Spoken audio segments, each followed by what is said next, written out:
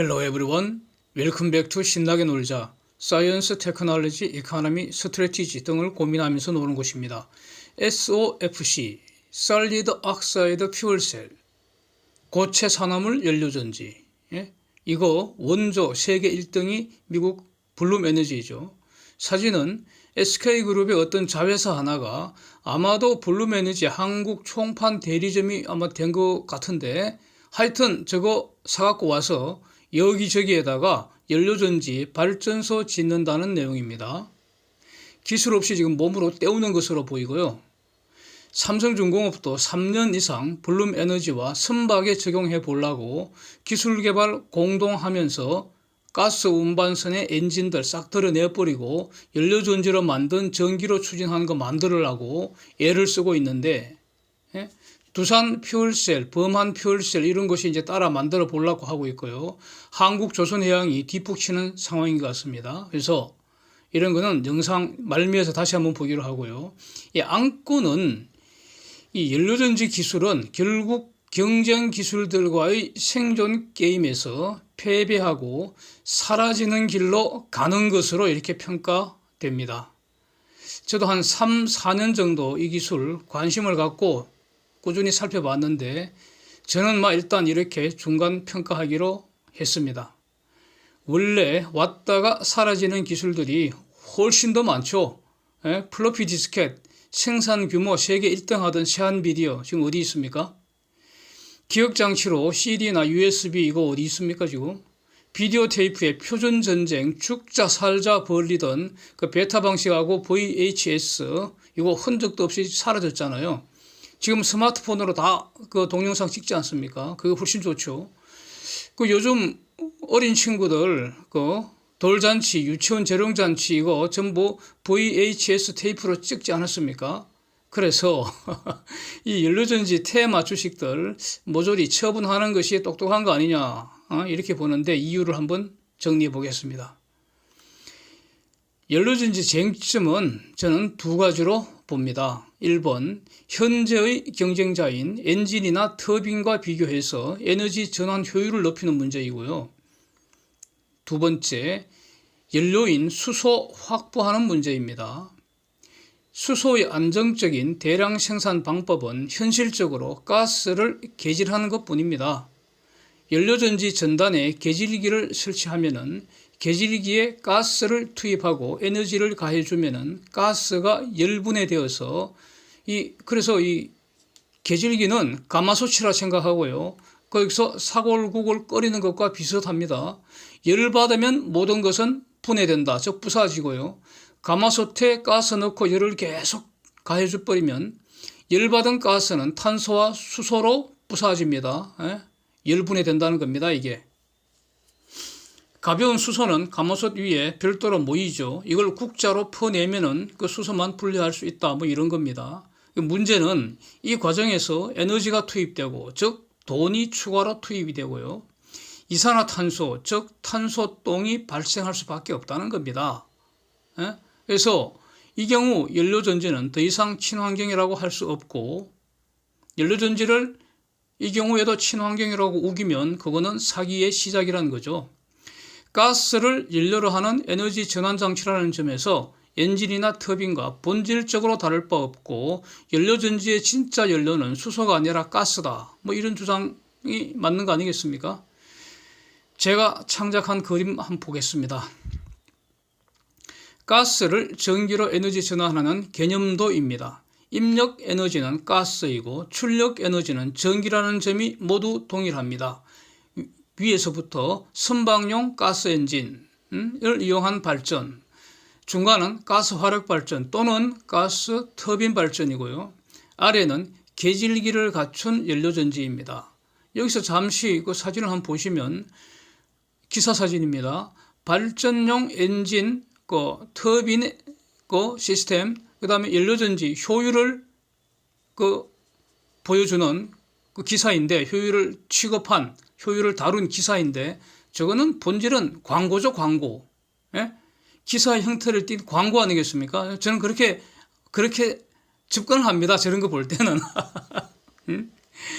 그래서 저 업체가 주장하는 주장 자체만 한번 본다면 효율에서 발전용 엔진 뭐 50% 나왔다 닛산, 가스 터빈 64% 나왔다 GE, 뭐 연료전지 전기 효율 53% 나왔다. 여기 뭐 두산 퓨얼셀 뭐 이런 데서 말하는 거겠죠. 주장입니다. 그런데 실제로 정말로 어느 정도인지는 별도로 당연히 검토를 해야 합니다. 그래서 진짜 어떤 투자하려고 협상하는 과정에서 저런 주장을 한다면은 사기의 시작일 수도 있겠죠. 그래서 하여튼 문제는 저게 맥시멈이라는 거죠. 저거 이상은 절대로 나올 수 없다는 걸로 받아들이면 거의 100% 확실할 겁니다. 근데 문제는 여기서 또 다른 문제는 저런 어떤 주장되는 효율이 수명기간 동안 안정적으로 유지되는지 이게 더 중요하지 않겠습니까? 이제 엔진이나 터빈 같으면은 이게 거의 뭐 100년 가까이 뭐 이상, 뭐 그 정도로 검증이 됐기 때문에 수명은 지금 적어도 수십 년 되지 않습니까? 한 3, 40년 쓸 수 있는 거 아닌가요? 네. 근데 연료전지의 경제적 수명은 모른다입니다. 아직 검증된 숫자가 없습니다. 여기서 연료전지에게 후한 점수를 줘서 경쟁기술 저 세 가지가 큰 차이가 없다. 이렇게 결론을 내리면 연료전지에게 후하게 대접을 해주는 겁니다. 잘 봐주는 겁니다. 그런데 계질기를 포함하면 연료용 엔진은 효율 열등제다. 이렇게 보는 게 맞잖아요. 뭐 더 이상 논할 가치가 없지 않습니까? 그래서 효율을 따지려면은 양적으로는 가스 1톤을 집어넣어서 얻는 전기량으로 비교를 하든가, 돈으로 따지려면 가스 100만 원어치 그림에서 세 가지 입력했을 때 전기가 얼마치 얻을 수 있느냐, 이걸로 비교해야 되지 않습니까? 그래서 두 가지 이제 근거로 연료전지는 지금 경쟁에서 밀리고 있다. 이런 추정이 가능할 것 같습니다. 첫 번째로는 엔진과 터빈의 경우에는 본질은 탄소하고 산소 결합시키면서 그 내부 에너지가 나오는 거기 때문에 엔진은 폭발의 힘을 이용하고 터빈은 연소열을 이용하는 거 아닙니까? 그래서 점화만 일단 한번 딱 시켜주면은 출발 버튼, 시작 버튼만 딱 눌러주면은 가스레인지에 탁 한번 돌려주기만 하면 그 점화시키는 거 아닙니까? 그러면 자발적으로 지속적으로 탑니다. 그렇죠? 저절로 반응이 계속 일어납니다. 반응이 저절로 일어납니다. 반응을 위해서 이 에너지를 추가로 투입할 필요가 없습니다. 그런데 연료전지는 어떻습니까? 계질 과정이라는 게 중간 연료인 수소를 만들어야 하기 때문에 그 과정이 자발적으로 일어나지 않고요. 지속적으로 에너지를 별도로 투입을 해줘야 한다는 겁니다. 가마솥에 사골을 꾹 끓이려면 계속 그 가스불 틀어줘야 하잖아요. 입력과 출력으로 비교하는 효율은 연료전지가 낮을 것이라는 거지 볼 것도 없이 이렇게 추론돼야 되는 거 아닙니까? 두 번째로는 이제 상황점거입니다. 정황점거. 이 연료전지가 엔진이나 터빈과 경쟁할 그런 깜이 된다면 벌써 이거 상용화 성공했을 것 같고요. 블룸 에너지 주가가 가령 지금의 최소 10배 이상 올라 있을 겁니다. 그런데 이 블룸 에너지 주가는 고점 대비 대략 55% 박살이 났습니다. 같은 기간 나스닥 평균 하락률 33%보다 현저히 높습니다. 하락률이. 박살이 났다는 겁니다. 그래서 이건 나보다 더 똑똑한 시장이 블룸 에너지가 주장하는 저 기술 별 볼 일 없다, 허접하다 이렇게 평가한 것으로 해석하는 것, 그게 똑똑한 투자자입니다. 두산 퓨얼셀 주가도 마이너스 44%입니다. 같은 논리입니다. 다만 그 효율을 비교할 때 이 블룸 에너지는 전기 외에 10가지 출력에 포함하여 계산을 해갖고 뭐 80%다 이렇게 샀는데, 그렇다면은 터빈 같은 경우도 열 병합 발전으로 해서 열 출력도 고려를 하면 해야 되지 않습니까? 그렇게 되면은 차이 없다는 겁니다. 삼성중공업이 3년 전에 2019년부터 블룸 에너지하고 SOFC 이거를 선박용 적용을 공동 연구를 했죠. 그래서 2019년 당시에 벌써 아프로막스급 온유 운반선에 발전용 엔진을 대체시키려고 그걸 연료전지로 대체시킬 수 있도록 그 설계 다 맞춰서 노르웨이 성급 DNV에서 기본 승인 다 받았습니다. 작년에는 가스 운반선의 엔진을 싹 없애버리고 연료전지로 추진하는 전기 추진 선박 만든다고 그래서 DNV에서 기본 승인도 다 받았습니다. 그런데 아직 이거 적용한 수주 소식 제가 아는 한 없습니다. 그리고 저거 지금 그 효율을 높여서 개발을 지금 하는 중이라고 하는데 이거 개발 완료되었다는 발표 아직 없습니다. 제가 아는 한 없습니다. 원인이 뭐겠습니까 이거? 결국 효율 개선한다는 그 연구가 벽에 막혀서 앞으로 더 나가지 못하기 때문 아니겠습니까? 네? 이거 하고 싶어서 난리일 텐데 이거 하면은 만약에 이게 경쟁력 있는 상품을 만들면은 거의 완전히 세상 제패할 수 있는데 못하고 있죠. 안 되니까 못하는 거죠. 얼마나 하고 싶겠습니까? 마음은 하고 싶지만 능력이 없기 때문에 발표를 못하는 거죠. 예? 이렇게 봐야 되지 않겠습니까? 그 다음에 이 가스 운반선 또 원유 운반선 이런 고객들은 최고의 전문가 그룹입니다. 예? 이 사람들이 또 한편 세계 1등 그룹입니다. 한 척당 가스 운반선 같으면 한 척당 지금 3천억 원 육박하는 이 배를 수십 척씩 운영하는 그 최고의 실력가들인데 이 사람들이 연료전지 추진 선박을 선택하지 않는다는 것은 이미 열등 기술이라고 판단했기 때문 아니겠습니까? 그런데 3년 이상 먼저 연구한 삼성중공업이 그래서 연료전지 선박 적용은 저 사실상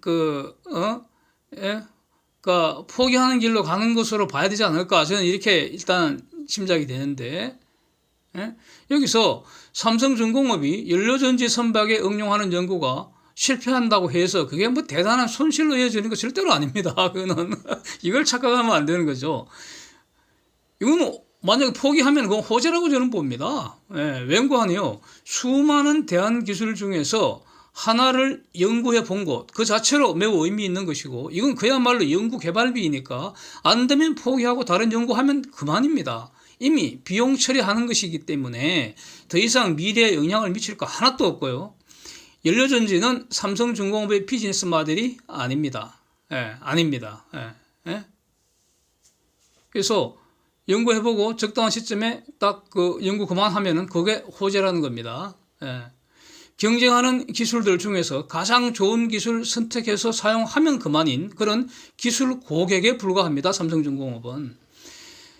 삼성중공업의 연료전지 연구비라는 것은 고객이 좋은 상품 싸게 사려고 소비자가 좋은 상품 싸게 사려고 쇼핑을 위한 조사비용 발생하잖아요. 즉 발품 파는 정도로 생각하면 된다는 겁니다. 그러나 블룸버그나 두산 퓨얼셀이나 범한 퓨얼셀이나 SK 에코플랜트 같은 이런 회사들한테는 전혀 다른 이야기죠.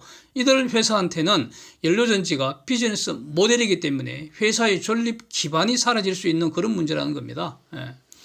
SK 에코플랜트 보면 작년 10월경에 블룸버그에 돈 3천억 정도 투자해서 지분 5.4% 인수했다는데 그러면서 이제 연료전지 독점 공급권 맺었다는 거 아닙니까? 이거 뭡니까? 이게 바로 총판 대리점이라는 거 아닙니까?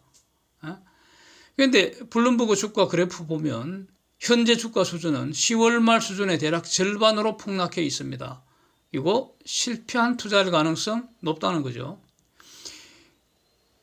그래프 보면요. 작년 9월까지 폭락하던 블룸버그 주가가 10월에 일시 급 반등했는데 그 이후에 지금까지 내리쳐받고 있습니다. 혹시 10월에 SK에코 지분 투자 소식으로 이게 단기 급등한 거 아닌지 그래서 이걸 고급 정보라고 착각을 하고 이 시기에 또는 그 이후에 투자한 분들은 지금 속절없이 물려있다고 봐야 되는 거죠.